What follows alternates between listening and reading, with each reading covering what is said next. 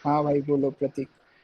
कि मैं बिगिनर हूँ, जस्ट 2 मंथ्स हुए सीपी में। तो जी। फिर अगर कोई नया टॉपिक स्टार्ट करते हैं हम लोग, फॉर एग्जाम्पल मैं आपकी वेबसाइट यूज़ कर रहा हूँ, तो मैं हाँ। प्रॉब्लम्स, मतलब मुझे अब तक एल्गोरिदम डेटा कुछ भी नहीं आता, मैं बेसिक्स पे प्रॉब्लम सॉल्व करता हूँ, इम्प्लीमेंटेशन तक हो गए। हम्म। तो मतलब बेसिक नॉलेज होना चाहिए क्या उसके पहले कोई एल्गोरिदम्स या फिर डेटा स्ट्रक्चर्स का? यार देख, मैं तेरे को ना बिल्कुल बढ़िया पाथ बताता हूँ कोई भी नए टॉपिक को सीखने का। मतलब जो जो टॉपिक जिस हाँ। सीक्वेंस में मैंने यूट्यूब पे पढ़ा बता रखे हैं, यूट्यूब पे मेरी हार्डली एक टॉपिक की 3 से 4 वीडियोस होंगी। उसको थोड़ा देखो, और वीडियो देखने का भी तरीका मैंने एक वीडियो में बताया था। ऐसे मत देखा करो यार कि पूरी वीडियो तुमने देख ली और वो क्वेश्चन देख के फिर कोड करके खत्म हो गई। वीडियो भी ऐसे देखो कि यार अगर वीडियो में प्रॉब्लम है, कोई थियोरेटिकल पार्ट बताता हूँ तो उसके नोट्स बनाओ, वो दिमाग में ज्यादा टिकेंगे। फिर नोट्स बनाने के बाद कोई क्वेश्चन अगर मैं कराता हूँ तो पहले क्वेश्चन का लिंक खोल के वो खुद अटेम्प्ट करो। वो अटेम्प्ट करने के बाद अगर नहीं होता तो मेरी एक्सप्लेनेशन सुनो। एक्सप्लेनेशन भी ऐसा सुननी है कि यार कुछ एक लाइन सुनी और ऐसा लगता है कि यार अब मेरे को हिंट मिल गया, क्या पता मैं कर दूं, तो वीडियो पॉज करके वो क्वेश्चन कर दो। अगर वो क्वेश्चन सॉल्व हो जाता है तो यार वीडियो चाहे तो स्किप कर दो, मत देखो।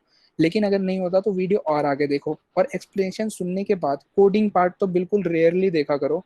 कोडिंग पार्ट तब देखा करो जब इम्प्लीमेंट बिल्कुल ना के बराबर हो। जब इम्प्लीमेंट अच्छे से हो जाए और तो मतलब अगर इम्प्लीमेंट में अटक जाते हो तब जाके कोडिंग पार्ट देखा करो कि तुम्हारे कोड में और मेरे कोड में क्या दिक्कत है। तो एक वीडियो में थोड़ा सा टाइम इन्वेस्ट करो यार, ऐसे मतलब थोड़ी मेहनत है, जल्दी में नहीं निकालनी चीजें को। मेरी वीडियोस इतनी ज्यादा फ्रीक्वेंट नहीं आ पाती, टाइम नहीं मिलता मेरे को, तो यार उस चीज का फायदा तुम भी उठाओ। थोड़ी सी मेहनत करो और थोड़ा टाइम लगा लगा के वीडियो देखो। एक बारी तुमने वीडियो एक टॉपिक की देख ली, पहली वीडियो, तो नेक्स्ट वीडियो में जाने से पहले हमारी वेबसाइट पे जाओ, 2-3 प्रॉब्लम उसके ट्राई करो कि कुछ अब हो रहे हैं कि नहीं हो रहे। अगर हो रहे हैं तो यार करो, जितने मैक्सिमम कर सकते हो, फिर अगली वीडियो देखो। ऐसे करके तुमने एक टॉपिक के मान लो वीडियोस देख लिए। अब उस टॉपिक के जब क्वेश्चन करने आते हो तुम हमारी वेबसाइट पे, तो एटलीस्ट 15 क्वेश्चन करो उस टॉपिक के। फिर चाहे तो उस टॉपिक को अभी के लिए रहने दो, एक टॉपिक को एक बारी में खत्म नहीं करना होता। क्योंकि एक टॉपिक को अगर तुम रोज करते रहोगे तो बोर हो जाओगे सीपी के साथ। तो एक टॉपिक को एटलीस्ट इतना कर लो कि कॉन्टेस्ट में अगर वो आ जाए मेरे पास टॉपिक, तो मेरे पास सोचने के लिए कुछ हो, मैं बिल्कुल ब्लैंक ना बैठा रहा हूँ। तो एक टॉपिक के तुम सारे वीडियोस देख लो और उसके एटलीस्ट 20 या 15 क्वेश्चंस कर लो, और फिर नेक्स्ट टॉपिक पे तुम जंप कर सकते हो। अब इसमें तुम्हें लगेगा कि यार वो टॉपिक पूरा प्रिपेयर कहाँ हुआ, लेकिन इसके साथ अगर हर रोज कॉन्टेस्ट दे रहे हो तो वो टॉपिक कभी ना कभी कॉन्टेस्ट में जरूर आएगा। कॉन्टेस्ट में सारे टॉपिक मिक्स होते हैं, तो वो तुम्हारा वहां पे रिवीजन करवाएगा कॉन्टेस्ट में। और उस टॉपिक से रिलेटेड हाँ। तुम कोई नई बात भी अब और सीखोगे। क्या होता है कि यार अगर तुम एक ही टॉपिक को सारा खत्म करने पे जाते हो तो आगे जब उसके डिफिकल्ट क्वेश्चन आते हैं तो उसमें कोई और टॉपिक भी इन्वॉल्व होता है, और तुम्हें अभी उस चीज की नॉलेज नहीं होती। तो वो टॉपिक फिर तुम्हारा स्टक होने लग हाँ यार। जाता है और फिर तुम इरिटेट होने लग जाते हो कि यार मेरे से क्वेश्चन नहीं हो रहे। तो ये चीज से बचना हम्म। है। एक टॉपिक के 10-15 क्वेश्चन करके आगे टॉपिक पे शिफ्ट तुम कर सकते हो। कॉन्टेस्ट में वो आएगा तो कोई नई चीज आई तो सीख लो, और ऐसे कर करके मतलब धीरे धीरे ग्रेजुअली सारे टॉपिक करते जाओ, एक बारी में खत्म मत करोगे। तो ये ज्यादा बेस्ट रहेगा। क्लियर हो हाँ। गया या फिर अभी भी कोई अब डाउट रह गया? फिर आज पे वाले पर यार your voice is not clear, फिर से रिपीट कर सकते हो? पेज के क्वेश्चन थे ना, लास्ट पेज के, तो वो नहीं हो पाते। और सेकंड पेज पे थोड़ा स्ट्रगल करता हूँ, बाकी सब हो जाते हैं। कौन से पेज की बात कर रहे हो आप? भैया मतलब आपके कोई भी आपका कोडिगर सेक्शन। वेबसाइट अच्छा, जो हमारा कोड टीकर की को, वेबसाइट है उसकी बात कर रहे हो? हाँ हाँ, उसकी बात। तो यार मतलब ऐसा तो होगा ना यार कि अभी तुमने स्टार्ट करा है अगर 2 मंथ से, और तुम ये तो नहीं एक्सपेक्ट कर सकते कि तुम क्वेश्चन देखते जाओगे। तुमने मेरी चले भले वीडियो देख ली, मैं तो ये बोलता ही नहीं कि वीडियो देख के तुम चैंपियन बन जाओगे। और ये एक्सपेक्टेशन रखना कि तुम 2 महीने हुए हैं तुम्हें और तुमने कोई एक टॉपिक देखा और तुम उसके क्वेश्चन करने जा रहे हो और उसके सारे क्वेश्चन धड़ाधड़ होते जा रहे हैं, ये एक्सपेक्टेशन बहुत खराब है। स्ट्रगल होगी तभी तो यार ज्यादातर लोग सीपी नहीं करते यार। मतलब सीपी को मैंने पर्सनली जिसने मेरे से बात करी है, मैंने उनको एग्जांपल दिया है। सीपी को एज एन बॉडी बिल्डिंग लिया करो। बॉडी बिल्डिंग के लिए भी कोई जाता है यार, ऐसा तो नहीं होता जिम जिम में गया अगले दिन भाई के एब्स निकल आए। मेहनत लगती है। हम्म। और स्टार्टिंग में लोग इसलिए छोड़ देते हैं क्योंकि कभी अगर एक्सरसाइज करी होगी तो पहले दिन जब करते हैं ना तो बहुत बॉडी पेन होता है, और अगले दिन बिल्कुल ऐसा होता है कि उठ नहीं पाता है। लेकिन जो लगे रहते हैं 3-4 महीने, 3-4 महीने के बाद जाके तुम्हें कुछ रिजल्ट दिखने स्टार्ट होते हैं। तो 3-4 महीने अगर किसी ने नहीं करी ना अभी तक सीपी, तो उसको रिजल्ट की एक्सपेक्टेशन तो रखनी नहीं चाहिए मेरे हिसाब से। 3-4 महीने बाद तुम देखो कि क्या इंप्रूवमेंट आई 3-4 महीने पहले और अब में, तब जाके तुम्हें कुछ दिखेगा कि रिजल्ट आ रहा है। और फिर ग्रेजुअली वो एक्सपोनेंशियल रेट में तुम्हारी ग्रोथ होगी। स्टार्टिंग में ग्रोथ तुम्हें दिखेगी नहीं। और उससे यार घबराना नहीं है। और मतलब थोड़ा यार डट के लगे रहो, बॉडी बन जाएगी और सीपीबी आ जाएगी फिर। नेट भैया आप वीडियोस देखें। उस पे कह रहे थे कि कंस्ट्रेंट से हम पता कर सकते हैं कि ये मतलब कौन सा एल्गो यूज होगा, मतलब कभी कभार थोड़ा उसके बारे अरे में बताओ। हाँ भाई, मतलब कुछ कुछ चीजें होती हैं, मतलब जो यार एक्सपीरियंस से मैंने सीखी हैं कि यार कुछ कुछ क्वेश्चंस होते हैं, उसमें मतलब क्वेश्चन की स्टेटमेंट वगैरह पढ़ के ना बिल्कुल आइडिया नहीं लगता कि यार इसमें कैसे हम अप्रोच करें इस प्रॉब्लम को। लेकिन मैंने देखा है कि यार उसके कंस्ट्रेंट देख के काफी कुछ पता लग जाता है तुम्हें। जैसे कि कोई एक स्ट्रिंग का क्वेश्चन आ गया, उसमें स्ट्रिंग में स्पेसिफिकली उसने बता रखा है कि स्ट्रिंग के सारे कैरेक्टर 1 to 9 होंगे। अब यार ऐसा तो नहीं है कि स्ट्रिंग के अगर कैरेक्टर हैं तो वो अल्फाबेट भी दे सकता था, लेकिन 1 to 9 दिया है तो उसका कुछ रीजन होगा। बाकी सारे कंस्ट्रेंट हाई हैं, लेकिन एक वेरिएबल का कंस्ट्रेंट तुम्हारा लो है। तो यानी कि उससे हमें ये पता चलता है कि जो हमारा आंसर बिल्डअप होना है वो उस कंस्ट्रेंट के अराउंड होना है, मतलब जो भी हमारा पूरा एल्गोरिदम बिल्ट होगा वो हमारा उसके बेसिस पे होगा। तो अगर तुम उसके बेसिस पे सोचना स्टार्ट करते हो तो ये काफी बहुत ज्यादा हिंट हो जाती है, मतलब गेम चेंजर हो जाता है। अब कल की जो प्रॉब्लम थी बी वाली प्रॉब्लम, उसमें भी देखा होगा तुमने तो यार काउंट एस और काउंट डब्ल्यू की कंस्ट्रेंट 10 की पावर 5 थी। तो मैंने जैसे ये प्रॉब्लम पढ़ा मेरे को पता लग गया था कि यार मेरा आंसर जो सोल्यूशन होगा वो इसके अराउंड बिल्ड होगा, बाकी सारे 10 की पावर 9 थे। और ऐसा था नहीं कि मैं बाइनरी सर्च लगा देता डायरेक्टली, बाइनरी सर्च का टैग था उसमें, शायद लगाया भी होगा किसी ने, लेकिन हम 10 की पावर 5 में काफी काम कर सकते हैं। तो उसमें मेरी सिली मिस्टेक हो गई तो वो कॉन्टेस्ट में हो नहीं पाया, लेकिन अल्टीमेटली आज जब मैंने सबमिट करा तो जो मेरा एल्गोरिदम था वो काउंट एस के ऊपर या काउंट डब्ल्यू के ऊपर ही बेस्ड था। तो हमें काफी कुछ पता लगता है कंस्ट्रेंट देख के। और भी मतलब काफी चीजें होती हैं जब तुम कॉन्टेस्ट देते रहते हो यार, तो कभी भी ना मतलब कोई प्रॉब्लम अटकता है या फिर कोई सॉल्व नहीं होता या कोई गलती मिलती है, तो थोड़ा टाइम लगा के सोचा करो कि यार मैं कहाँ पे गलत रह गया इस चीज में, मतलब मैं क्या ऐसा नहीं सीख पाया, या फिर ये चीज मेरे को क्या नया सिखाना चाहती थी। तो जितना ज्यादा एक्सपीरियंस रिकॉर्ड करोगे ना, रिकॉर्ड तभी होता है जब थोड़ा बैठ के सोचते हो उन चीजों पे। तो वीडियोस मैं बनाता हूँ, तो वीडियोस बनाते बनाते भी ना तुम्हारे लिए मेरे को काफ़ी चीज़ें नई सीखने को मिल जाती है कि मतलब कैसे हम अप्रोच अपनी और ज़्यादा सही कर सकते हैं। तो मैं जैसे वीडियो बनाता हूँ, अब तुम तो नहीं बनाते ना, लेकिन जो भी मैं सिखाता हूँ चीज़ें या फिर जो भी तुम खुद से कोई भी प्रॉब्लम करते हो अच्छा प्रॉब्लम, तो उसको थोड़ा एनालाइज करा करो कि इसको मैंने सॉल्व तो कर लिया लेकिन मेरी थिंकिंग कैसे बिल्ट हुई, तुम्हारी खुद की थिंकिंग कैसे बिल्ट हुई उसको समझना बहुत ज्यादा जरूरी है। वो पैटर्न पकड़ना प्रॉब्लम में कि यार इस प्रॉब्लम में मेरे को ये दिक्कत आ रही थी तो इसको मैंने ऐसे सॉल्व करा। ये चीज को याद रखोगे तो किसी और प्रॉब्लम में वही सेम दिक्कत आएगी तो वो चीज तुम्हारी क्लिक करेगी। प्रॉब्लम पूरे सेम नहीं होते लेकिन रिपीट होते हैं। और भैया एक एग्जांपल आप उसका बता रहे थे, अभी जो कॉन्टेस्ट कोड डिगर का ही हुआ था, वो 957 कुछ कंस्टेंट का कुछ बता रहे थे, एक बार वो बता। हाँ यार, एक तो मैं यार ये जरूर कहना चाहता हूँ यार, जितने लोग अभी ज्वाइन कर रखे हैं प्लीज यार कॉन्टेस्ट तुम लोग दिया करो। कॉन्टेस्ट देने में ना कोई हार्म नहीं होता। जो नया भी है वो भी कॉन्टेस्ट दो, हम बड़ी मेहनत से कॉन्टेस्ट बनाते हैं, एक तो तुम्हारे लिए हमारा कोई प्रॉफिट भी नहीं होता, लेकिन हम कॉन्टेस्ट बना रहे हैं लेकिन ज्यादातर लोग देते नहीं है तो फिर बुरा लगता है हमें। और ये बात होती है कि यार कॉन्टेस्ट से जितना भागोगे ना उतनी उतना ज्यादा डर लगेगा तुम्हें कॉन्टेस्ट देने से। ज्यादा से ज्यादा क्या होगा यार, कॉन्टेस्ट में एक भी प्रॉब्लम सॉल्व नहीं होंगे। कितने नहीं होंगे, मतलब कितने कॉन्टेस्ट निकलेंगे, 1 2 10 नहीं निकलेंगे। जब 10 नहीं निकलेंगे ना तो तुम्हें आदत पड़ जाएगी। वही आदत पड़वानी है, कोई नहीं, अभी कोई भी नहीं जानता तुम्हें, ये बात तो समझ में आ रही होगी यार, कॉम्पिटेटिव वर्ल्ड बहुत बड़ा है, कोई जानता है नहीं अभी। रेटिंग देख देख के तुम ऐसे ही पागल हो रहे हो तो यार गिर गई गिर गई गिर गई। अभी कौन जानता है, मैं भी पहले ऐसे ही पागल होता था कि यार रेटिंग ही नहीं बढ़ रही रेटिंग ही नहीं बढ़ रही। लेकिन वो इंपॉर्टेंट नहीं है, कॉन्टेस्ट देना ज्यादा इंपॉर्टेंट है। और रही बात हमारे लास्ट कॉन्टेस्ट की, तो हमारा एक लास्ट क्वेश्चन था जो बेसिकली मॉड्यूलर इनवर्स पे बेस्ड था, लेकिन उसमें जो एक वेरिएबल था उसके कंस्ट्रेंट 97 थे, मतलब 1 से लेके 97। अब भाई टेस्टर ने वो क्यों रखा, कोई भी टेस्टर ना कंस्ट्रेंट अपने हिसाब से कभी भी मोस्टली नहीं सेट करता, मतलब कि जनरली कंस्ट्रेंट सभी ज्यादा से ज्यादा हाई करना चाहते हैं ताकि एल्गोरिदम बनाना मुश्किल हो। लेकिन उसका उसका जो सॉल्यूशन होता है वो कभी कभी ऐसा होता है कि अगर तुमने उसको हाई कर दिया तो वो सॉल्यूशन तुम्हारे से भी सॉल्व नहीं होगा, मतलब जो टाइम लिमिट दी है हमने प्रॉब्लम में 1 2 सेकंड होते हैं जनरली, वो उसमें भी सॉल्व नहीं होगा, तो उसको उस वेरिएबल का कंस्ट्रेंट गिराना पड़ता है उसके लिए। तो इसलिए मैं कहता हूँ कि कंस्ट्रेंट पे नजर रखा करो। ये बातें तुम्हें तभी ज्यादा अच्छे से समझ आएगी जब तुम ज्यादा से ज्यादा कॉन्टेस्ट दोगे, ज्यादा से ज्यादा तुम्हें एक्सपीरियंस मिलेगा। तो इसलिए कॉन्टेस्ट देना और एक्सपीरियंस लेना काफी ज्यादा इंपॉर्टेंट है। हाँ। हेलो।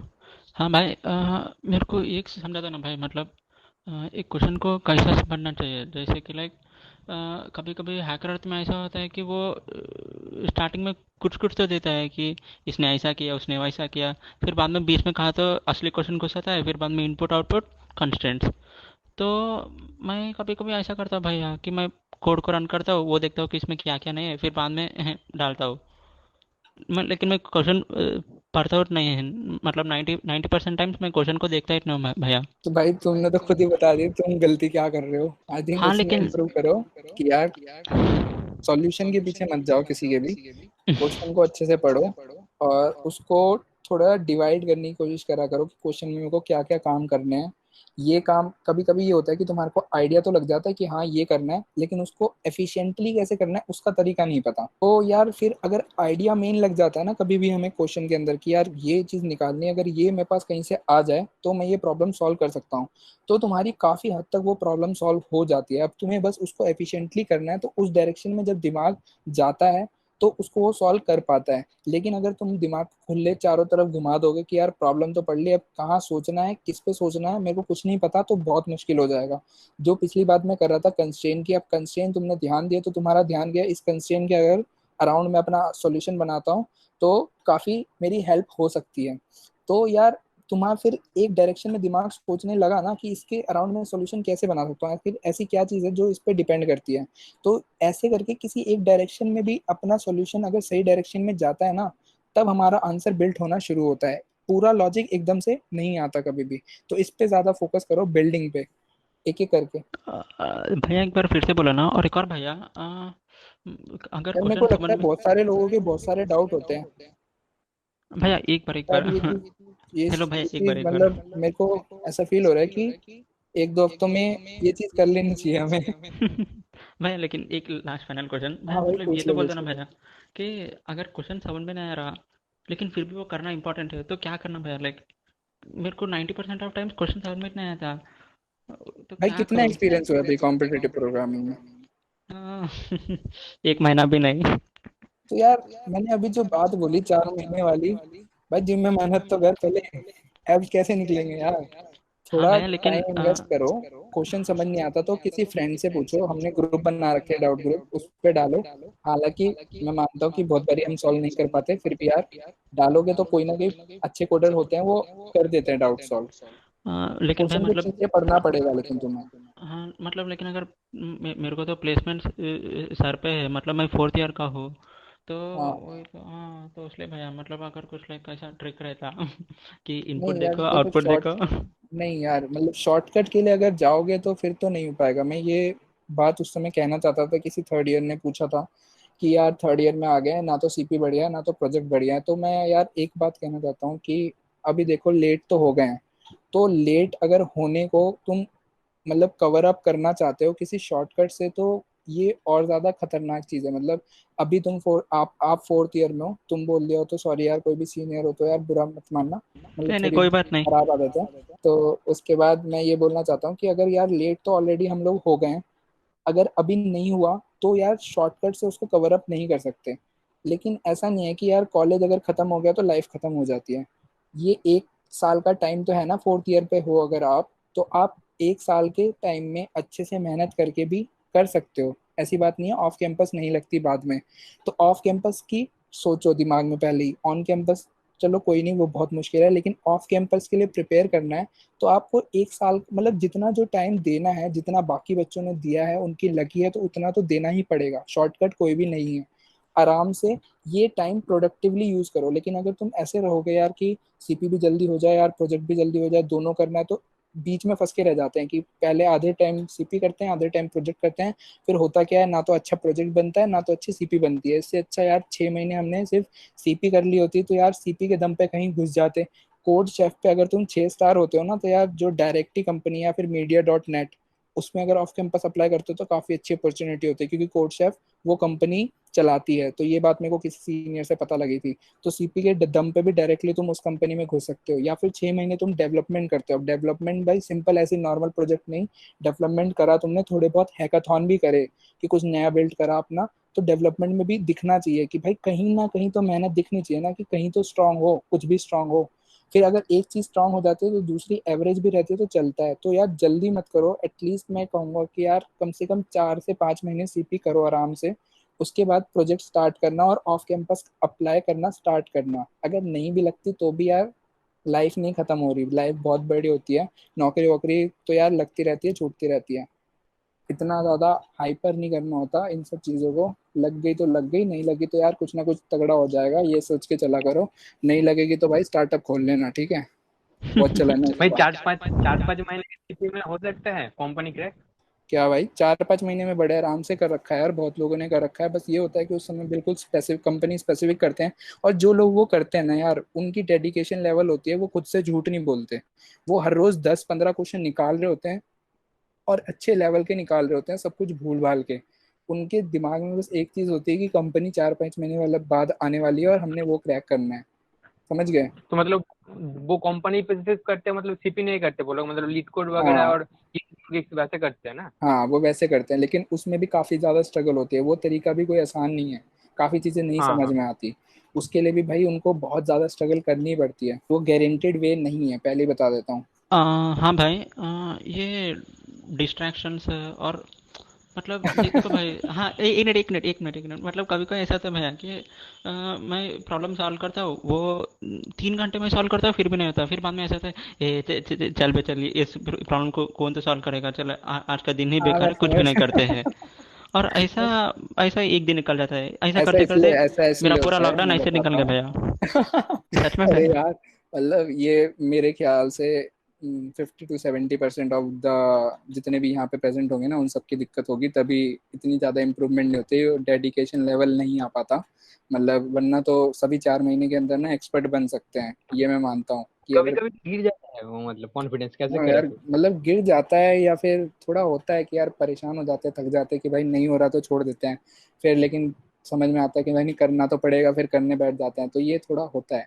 लेकिन भाई इसको संभालने का एक ही तरीका है कि 1 महीने ना सब कुछ त्याग करके, थोड़ा मतलब अपने मन को मार करके ना वो प्रैक्टिस करने बैठो। 1 महीने करने बैठते हैं ना, तो हमारी वो आदत होने लग जाती है, मतलब वो हैबिट में आ जाती है। तो 1 महीने बाद कभी तुमने देखा होगा कि जैसे बोर्ड एग्जाम्स आते थे, कोई भी पेपर आता है तो हम पागलों की तरह पढ़ने लग जाते हैं 1 2 हफ्ते। और फिर वो पढ़ लेते हैं, फिर पेपर खत्म हो जाता है तो अगले दिन हम ये सोच के बैठते हैं कि पेपर जैसे खत्म होगा मस्ती करनी है। लेकिन थोड़ा यार आता है अंदर से कि यार आज ना हमारी हैबिट टूटी है। तो मतलब पढ़ाई हम रेगुलर कर रहे थे, अब नहीं कर रहे तो थोड़ा अजीब सा लगता है। तो वैसे ही सीपी अगर रेगुलर 1 2 महीने कर लिया ना, फिर उसके बाद अगर नहीं करोगे तो तुम्हें अजीब लगेगा कि तुमने आज प्रॉब्लम सॉल्व नहीं करा, तो ऐसा लगेगा यार आज तो कुछ मिसिंग है लाइफ से। तो 1 2 महीने सब कुछ भूल भाल के थोड़ा अपना शेड्यूल बनाओ और सही करो। सीपी के साथ साथ मैं और भी चीज़ें कहूँगा कि यार थोड़ी एक्सरसाइज वगैरह भी इंपॉर्टेंट होती है। ये सब लाइफ में लेके आओ अपने। छोटे छोटे गोल्स जैसे होते हैं कि यार मैंने सुबह रनिंग करने जाना है, छोटे छोटे ऐसे गोल्स बनाओ कि वो पूरे होते हैं तो यार कॉन्फिडेंस होता है कि बाकी जो मैं गोल रखूंगा ना वो भी मेरे पूरे होंगे।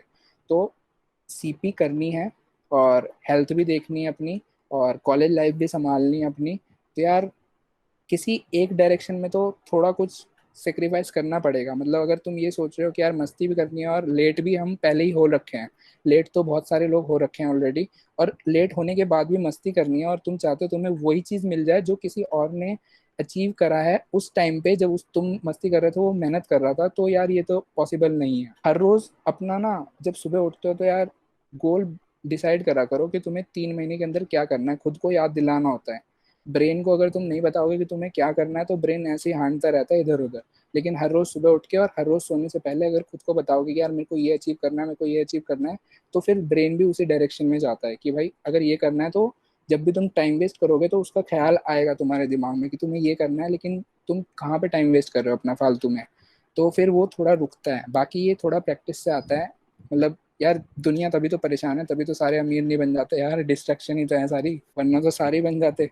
चलो भाई, आई थिंक सब डाउट क्लियर हो गए, या किसी का रह गया तगड़ा सा डाउट?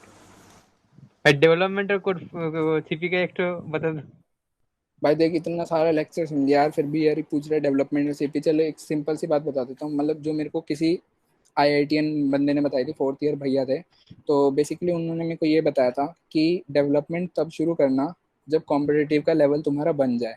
कॉम्पिटिटिव का क्या लेवल हाँ बन जाए? कितना 1900 लेवल तुम्हारे कोड फोर्सेस पे कम से कम होने चाहिए। उन्होंने तो 2000 बोले थे, फिर भी मैं 1900 बोल रहा हूँ कि इतना तुम्हारा होना चाहिए, तब जाके तुम डेवलपमेंट कर सकते हो। ये मैं क्यों कह रहा हूँ, क्योंकि जब इतना हो जाता है तो एक तरीके से सिक्योर हो जाता है कि कंपनी इंटरव्यू में तुम नहीं अटकोगे। ठीक है, एक चीज क्लियर हो गई कि डेटा स्ट्रक्चर एल्गोरिथम में तुम नहीं अटकोगे। फिर आता है यार कि मैंने कॉलेज सब्जेक्ट पढ़ लिए, वो चीज़ भी क्लियर हो गई। एक बार ही हमारी जो इंटरव्यू रिलेटेड जितनी भी वो चीज़ होती है ना, प्रेशर होता है कि यार इंटरव्यू क्लियर होगा कि नहीं होगा, तुम्हारी तैयारी अगर पूरी होती है ना, तो कॉन्फिडेंस अपने आप अंदर होता है कि भाई मेरा इतना लेवल सीपी में, मैंने सब्जेक्ट भी पढ़ लिया है, इंटरव्यू तो निकल जाएगा। तो थोड़ी फ्रीडम मिलती है।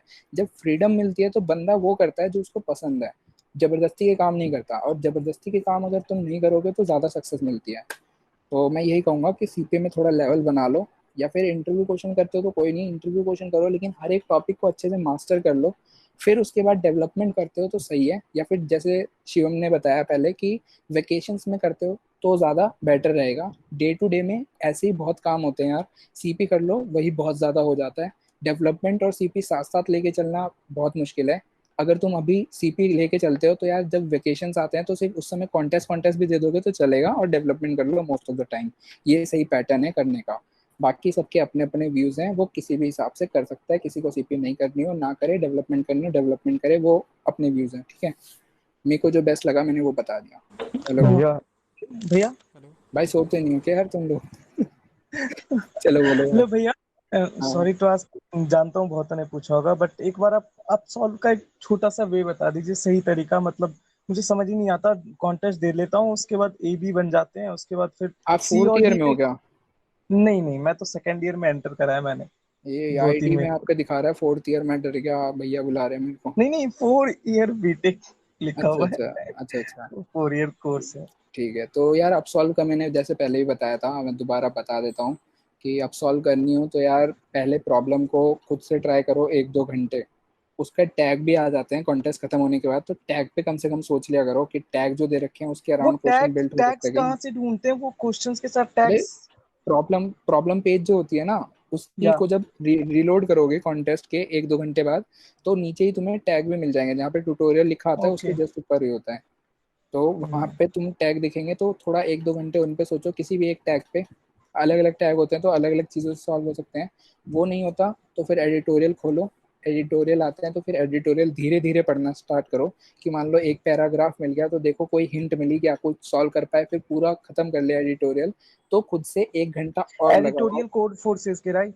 या और अगर एडिटोरियल से नहीं समझ आता तो कमेंट्स में भी बहुत बारी एक्सप्लेन कर रखा होता है एडिटोरियल, बहुतों को डाउट होता है तो कमेंट्स में भी काफ़ी एक्सप्लेनेशन होती है। थोड़ा ढूंढने में मेहनत करो यार। फिर अगर वो भी समझ नहीं आता है तुम्हें, तो फिर तुम उसके कोड को खोल सकते हो। फिर लास्ट ओके। ऑप्शन रखो अपना कि उसके कोड को देख के फिर समझ लिया तुमने, फिर कोड को और पेज को बंद कर दो, उसको पूरा इम्प्लीमेंट करना है। अगर वो सही से हो जाता है तो यानी कि यार तुमने मोस्ट ऑफ द पार्ट समझ लिया। अगर नहीं हो पाता तो यानी कि तुमने वो याद कर लिया, समझा नहीं है। आई या गेस राइट। पॉइंट या क्लियर हो गया थैंक यू। होगा। या डेफिनेटली, या थैंक यू सो मच। 11:30 हो गया यार, फटाफट अब मैं रैप करने वाला हूँ। एक दोस्त भाई है मेरा यूट्यूब आ रहा है यार। देखो ही, क्या भाई, कौन बोल रहा है? यूट्यूब देखना छोड़ दूं? नहीं भाई देख, भाई मेरे कैसे बिजनेस चलेगा तो यूट्यूब देखना छोड़ देगा तो? अभी तो ग्रोथ होनी स्टार्ट ही है भाई। वैसे मैं पर्सनली बता रहा हूँ यार, ग्रोथ के भाई उसको तुम नहीं कह रहा। व्यूज दे दूं मैंने क्या जितने मत? भी यूट्यूब पे टॉपिक्स बनाए ना, बहुत ज़्यादा इंपॉर्टेंट होते हैं वो, मैं वही चीज़ें डालता हूँ। बाइनरी सर्च हो गई, ये हो सकता है कि यार कुछ कुछ के ना टाइटल्स वगैरह मेरे क्लियर नहीं होंगे, कुछ कुछ जल्दी में बनाता है, टाइम बहुत कम मिलता है, या फिर थंबनेल वगैरह बेकार बेकार डाल देता हूँ, उतना क्लियर नहीं होता। लेकिन वीडियो के अंदर जो कंटेंट होता है वो बहुत लोगों को पता नहीं है। मेरे को ये रिसेंटली पता चला कि मैंने यार binary search on the answer करवाया, पूरा बाइनरी सर्च। जिसने अगर कंप्लीट देखा होगा तो सारे बाइनरी सर्च मोस्टली मैंने आंसर पे करवाया, लेकिन फिर भी मेरे को किसी ने बोला कि बाइनरी सर्च ऑन आंसर नहीं करवाया आपने। तो मेरे को लगता है कि यार तुम लोग मिस आउट कर रहे हो कुछ इंपॉर्टेंट। कोई टॉपिक अगर आता भी है तब भी मेरी वीडियो देखने में ना यार कोई हर्ज नहीं है, क्योंकि ना मेरी वीडियो में सिर्फ मैं वो टॉपिक ही नहीं एक्सप्लेन करता, उससे रिलेटेड मेरे जितने एक्सपीरियंसेस होते हैं ना वो सब भी एक्सप्लेन करता हूँ। तो उसको देखने में ना तुम्हारे को जितना मैंने सीखा है ना, वो भी तुम साथ साथ सीखते चले जाओगे। तो उतना टाइम तुम्हें इन्वेस्ट करने की जरूरत नहीं पड़ेगी जितना मैंने करा है मेरे लेवल पे आने के लिए। और मेरा लेवल तो उतना कुछ वैसे कुछ खास है नहीं, लेकिन फिर भी मतलब एक्सपीरियंस तो है। एटलीस्ट मैंने 60-70 प्लस कॉन्टेस्ट दे दिए, तो एक्सपीरियंस कॉन्टेस्ट का तो काफ़ी सही हो गया है। तो प्लीज़ वो देखा करो। बाकियों का मैंने देखे मैंने कुछ यूट्यूबर्स, कुछ कुछ ने तो भाई 6-6 मिनट में बाइनरी सर्च खत्म कर दी। अब मेरे को समझ नहीं आता 6 मिनट में कोई कैसे सीख सकता है। तो मेरी वीडियो भले ही लंबी लगे, लेकिन यार वो लंबी तभी हो जाती है कि या तो उस वीडियो में 2-3 प्रॉब्लम में करवाता हूँ तो उसको किस्तों में देखा करो, या फिर मैं एक्सप्लेनेशन पार्ट में कोई एक इम्पॉर्टेंट बात ऐसी होती है जिसको बताना बहुत ज़्यादा ज़रूरी है, जो उस प्रॉब्लम से मेन चीज़ सीखने की होती है उसको बताना बहुत ज़्यादा ज़रूरी है, इसलिए मेरी वीडियो जनरली लंबी होती हैं। तो प्लीज़ उसको ज़रूर देखा करो, थोड़ा पेशेंस के साथ देख लो भले ही, लेकिन देखा करो। सो यार एनीवन एल्स जिसका डाउट हो कुछ? हाँ भाई। भाई थोड़ा ऑफ टॉपिक है सीपी से, मुझे डेवलपमेंट का पूछना था।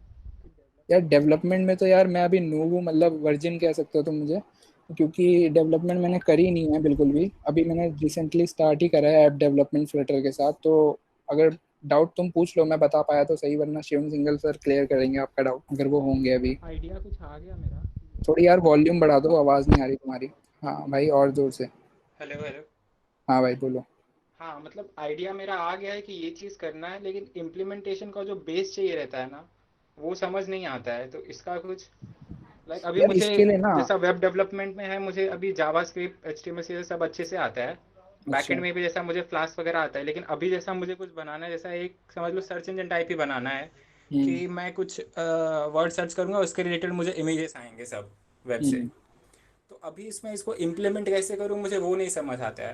तो तो इसका यार कुछ तुमने बेसिक्स। गूगल सर्च करा है कभी? मैंने मैंने मतलब जितनी मैंने डेवलपमेंट देखी है, मतलब जो रीड कर रहा था मैं आर्टिकल रिसेंटली, तो उसमें यार यही बोलते हैं कि स्टैक ओवरफ्लो में ना सब कुछ है, बस ढूंढने वाला होना चाहिए उसको। तो अभी लेकिन वही हो जाता है ना कि देख के कर रहे हैं, ये वैसा नहीं हो जाएगा। यार मतलब अगर तुम बिगनर हो, अभी मैं बिगनर मान के चल रहा हूँ कि ज़्यादा हाँ। एक्सपीरियंस नहीं हो, तो स्टार्टिंग में तो यार देख के करना ही पड़ेगा ना, एटलीस्ट कुछ तो बेस बनाना पड़ेगा ना देख देख के। ऐसा तो नहीं है कि तुम सीधा ही दौड़ने लग जाओगे यार। जो बच्चा भी होता है वो चलना ही सीखता है ना पहले उंगली पकड़ के। तो यार थोड़ा देख देख के करोगे तो आइडिया लगेगा तुम्हें कि ये चीज़ ऐसे होती है, ये चीज़ वैसे होती है। तो देख देख के करना बुरी बात नहीं होती जब तुम स्टार्ट करते हो, लेकिन उस पर डिपेंड हो जाना कंप्लीटली वो बुरी बात होती है।